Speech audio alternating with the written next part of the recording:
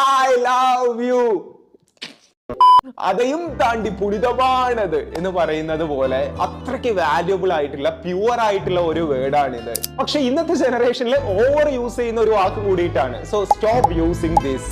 ഒരു famous ഇന്റർവ്യൂല് 70s ഉണ്ടായിരുന്ന കപ്പിൾസിനോട് നിങ്ങളുടെ secret of relationship and happiness എന്താണെന്ന് ചോദിച്ചിട്ടുണ്ടായിരുന്ന സമയത്ത് ഞങ്ങളുടെ ജനറേഷൻ ഞങ്ങളെ പഠിപ്പിച്ചിട്ടുണ്ടായിരുന്നത് ഒരു പ്രോബ്ലം വരുന്ന സമയത്ത് അത് ഒരുമിച്ച് നിന്ന് ഫേസ് ചെയ്യാനും അതിനുള്ള കോർ റീസൺ കണ്ടുപിടിക്കാനും ഒക്കെയാണ്. പക്ഷെ അതല്ലാതെ അങ്ങോട്ടും ഇങ്ങോട്ടും കുറ്റം പറയാനല്ല എന്നുള്ളതായിരുന്നു അവർ പറഞ്ഞിട്ടുണ്ടായിരുന്നു. പക്ഷെ ഇന്നത്തെ ജനറേഷനിലാണെങ്കിൽ എന്തെങ്കിലും ഒരു ചെറിയൊരു പ്രോബ്ലം വരുമ്പോൾ തന്നെ നീ കാരണമാണ്, നീ അന്ന് അത് പറഞ്ഞതുകൊണ്ടാണ് എന്നൊക്കെ പറഞ്ഞ് നമ്മൾ തന്നെ പരസ്പരം അങ്ങോട്ടും ഇങ്ങോട്ടും ബ്ലെയിം ചെയ്തുകൊണ്ടിരിക്കും. ഈ വാക്കുണ്ടല്ലോ അത്രയ്ക്ക് പ്യുവർ ആയിട്ട് തോന്നുന്ന, വാല്യുബിൾ ആയിട്ട് ഫീൽ ചെയ്യുന്ന ഒരാൾക്ക് കൊടുക്കേണ്ട ഒരു ഗിഫ്റ്റ് ആണ്, അല്ലാതെ എല്ലാവരോടും പറഞ്ഞുകൊണ്ടിരിക്കേണ്ടതോ അല്ല.